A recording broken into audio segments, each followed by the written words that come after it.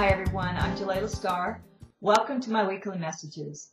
Today the topic is the 90 Nibiruans Prediction for 2011.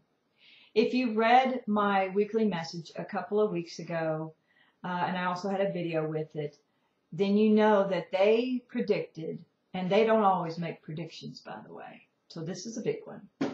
They predicted that this year something would happen that would affect every man, woman, and child on the planet.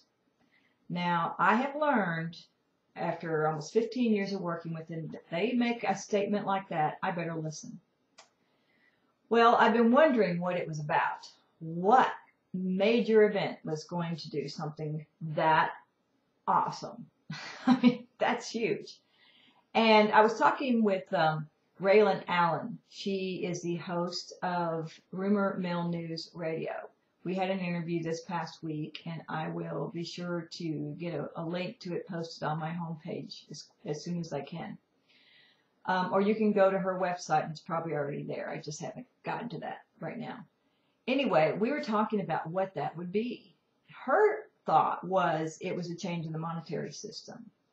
And I agreed. But in the back of my mind, I kept thinking, there's got to be something more to it than just monetary. There's got to be more changes than just that, even though that would be awesome. So, I just had this hunch that there was more. And as I've learned, once again, from the Nibiruans, that if I have a hunch that strong, just hang with it, because eventually it's going to manifest. And this time, I didn't have long to wait. Actually, only a day. The following day, after our talk, or maybe it was that day, if it didn't click, they talked about this political revolt in Tunisia, where they were ousting the current leader and wanting to bring in someone new. And then just yesterday, I was walking by the TV, and they were talking, and the evening news was on, and they were talking about a similar revolt in Egypt. And this time, they're ousting their president. In this case, President Mubarak.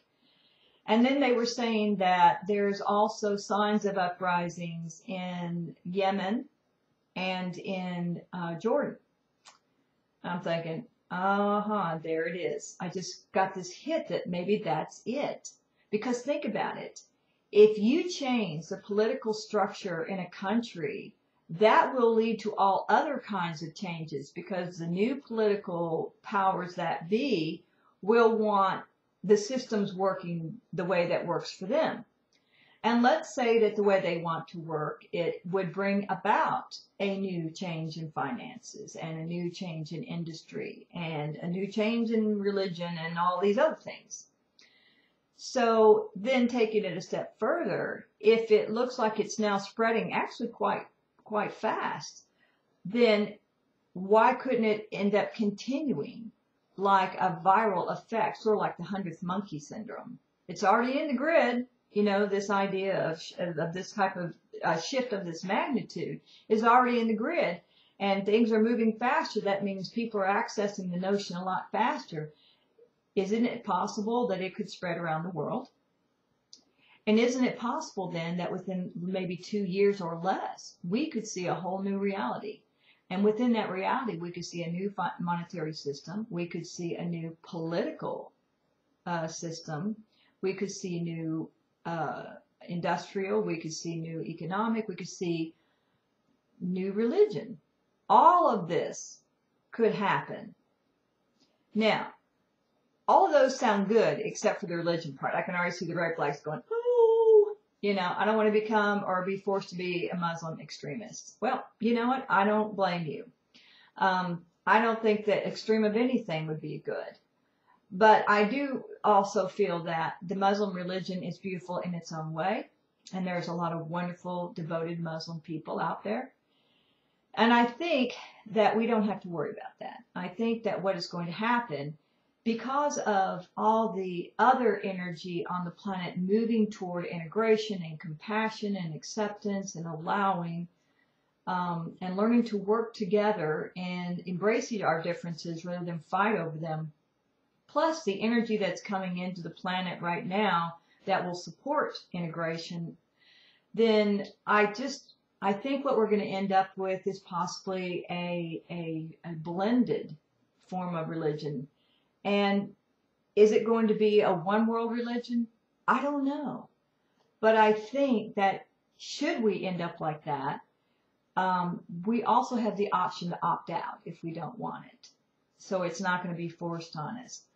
The thing is that it could, if you ended up with something like that, and I hope I don't get a whole bunch of emails going, oh, you know, she's part of the global elite, she wants this one world government, blah, blah, blah, blah. No, that's not what I'm saying. But what I'm saying is if you had something that was blended, it might put an end to all the religious wars. If everybody could sit down at the table and hammer out something that worked, we take the best out of this and the best out of that, that'd be great. Just like with the financial system and the economic system, all of these, political system, we could take the best of all these different systems and belief systems and create something new. We'd have something that everybody could at least live with and live with peacefully, and then we could stop war. Now, maybe that's idealistic. Who knows? But it looks like we're headed that way. And I think that's what the Nibiruans were talking about. So if so, that means we're in for a hell of a ride. It's going to be chaotic. It's going to be turbulent. And then you throw in earth changes, and you know, like here in the U.S., we're bracing for another superstorm that's going to hit, you know, good 2/3 of the country. You're talking about chaos at its finest. So that leads me to my final thought. How are you going to create safety for yourself during this time? How are you going to ride these waves of chaotic change? Once again, same old thing, emotional clearing. The more you do, the more you integrate, the less you fear, the less you will draw circumstances to your life that will make you fear. And believe me, there's going to be plenty of circumstances to draw from, a whole cornucopia of them. So keep doing your clearing. People say, well, how do I do that? Ask your guides for help. Say, show me what I need to clear and give me access to the tools that will work for me, that make sense to me right now where I am. There's going to be teams of teachers that will use the internet, use teleseminars, teleconferences, webinars to get those tools into your hands, to get the information that you need. I'm going to be doing one with Wendy Kennedy and Rebecca Jernigan and Nora Harold on February 6th. We're going to do another teleconference. You can find the information on my homepage. We're going to keep doing things like that, working together. So the good news is there's going to be plenty of support, plenty of ways for you to create your own little safety bubble to be able to move through this time of change. And if you create your bubble, then you're going to be smiling. And you know what? I think we need to have people that are out there smiling, because there's going to be a lot of people freaking out. And they're going to need us, and that's why we came here. Don't you think? All right. That's it for today. Take care. Have a good week.